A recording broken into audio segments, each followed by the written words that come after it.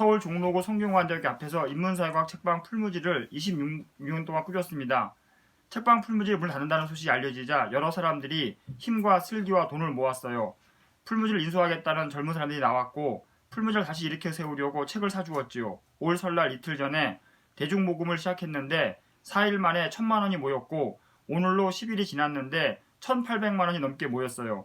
저는 큰 회사에서 책방 풀무지에 1억 원을 주는 것보다 1,000사람이 만 원씩 모아서 1,000만 원을 모으는 것이 훨씬 뜻이 있다고 생각합니다. 물론 어떤 회사가 책방 풀무지에 그렇게 큰 돈을 주지도 않겠지만 저도 받지 않겠습니다. 하지만 가난하지만 마음 맑은 사람들이 만 원씩 모아서 준다면 기꺼이 받겠습니다. 책방 풀무지에 오는 사람들에게 물었습니다. 대통령께 하고 싶은 말이 무엇이냐고. 잠깐만 책 구경하세요. 제가 뭐 글 쓴 것 때문에. 대통령께 하고 싶은 말이 무엇이냐고. 편의점 사장님은 성균관대 앞에 이마트 편의점이 새로 들어온 이야기를 했습니다. 올 3월부턴 편의점 사이에 거리를 두어야 하는데 그 법을 피해서 서둘러 편의점을 새로 연 것이지요. 편의점 본사에서는 동네에 편의점이 많이 생기면 돈을 더 벌겠지만 동네 편의점들은 서로 경쟁으로 문을 닫을 수밖에 없다고 하셨어요. 최저임금을 올리는 것도 찬성이지만 동네 편의점 거리 제한 두기를 먼저 했으면 좋았겠다고. 성대 학생들에게도 물었지요. 학생 교통요금 할인을 대학생들도 해달라고 했어요. 사실 프랑스에서는 대학생이면 25살 때까지 모든 문화예술 교통비가 정가의 5%만 내면 돼요. 영화 한 편, 연극 한 편, 미술료 관람료가 우리나라 돈으로 500원이면 되지요. 학생들이 돈이 없어서 공부를 못하는 일이 없지요. 물론 그 나라는 대학생 학비도 한 학기에 50만 원만 내지요. 독일은 아예 학비가 없지만. 출판사 일을 하는 분은 안건모 국가보안법을 없애야 한다고 했어요. 국가보안법은 남북이 평화롭게 하나 되는 길에 걸림돌이지요. 막스가 1848년에 쓴 공산당 선언을 읽었다고 읽은 모든 사람들 모두가 공산주의자가 될까요? 지만원이 1980년 광주항쟁 때 한반도 북녘 사람들이 내려와서 폭동을 일으켰다고 주장한다고 누가 믿을까요? 사상, 언론, 양심의 자유를 막는 법은 없애야 합니다. 저도 국가보안법으로 1997년에 남영동 대공분실에 끌려갔고 서울 구치소에서 한 달을 살다 나왔지요.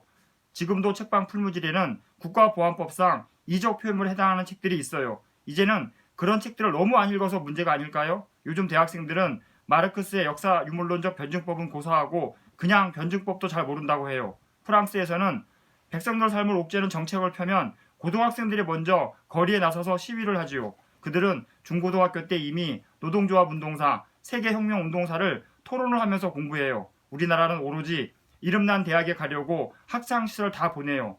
대학에 들어가서는 일터찾기 공부에 매달리다 보니 참된 민주주의를 찾으려는 공부와는 멀어지지요.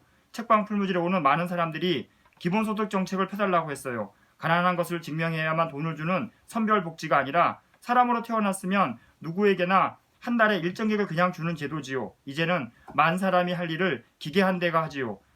그 인공지능 기계가 머리 좋은 몇 사람 노력만으로 만들었을까요? 일을 하고 싶어도 일자리가 없는 사회예요. 모든 백성들에게 생활 배당금을 주어야 합니다. 방위분담금으로 미국에 한 해에 1조가 넘게 돈을 주기로 했지요. 지난해 예산도 22조 더 거쳤어요. 돈이 없어서 하지 않는 것이 아니라 하지 않아서 돈이 없는 것 아닐까요? 또 여러 사람들이 말했어요. 국민의 힘을 믿고 남북 정책이나 포용 정책을 더 힘차게 해달라고. 제발 토건 사업은 그만하라고. 어쩌면 경제 성장을 멈추려는 상상력이 있어야 한다고. 저는 딱 두 가지만 대통령께 부탁드리고 싶어요.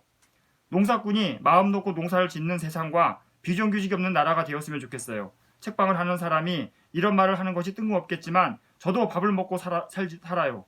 경제개발협력기구 많은 나라들은 식량 자급률이 100%가 넘어요. 우리나라는 25%가 채 되지 않아요. 석유가 없다면 우리나라에 큰 재앙으로 올 거예요. 얼마 앞서 일을 하다 목숨을 달리한 김영균님을 생각하면 고개를 들 수 없어요. 우리나라는 이승만 정권 때부터 바꾸지 않은 정책이 있어요. 바로 저고가 저임금이에요. 그 정책은 이 땅에서 제일 행복해야 할 농사꾼, 노동자, 도시 빈민들을 불행하게 만들고 있지요. 지금 이야기한 것들 모두가 문재인 대통령께서도 오랫동안 생각하고 실천했고 더 잘해보려고 애쓴다는 것도 알아요. 그래서 이런 자리를 만들어 주셨지요. 참 고맙습니다. 조금만 더 힘을 내주세요. 몸마음 튼튼하세요. 2019년 2월 14일 목요일 새벽이 밝아오는 무렵 인문사회과학 책방 풀무지 읽고 은종복음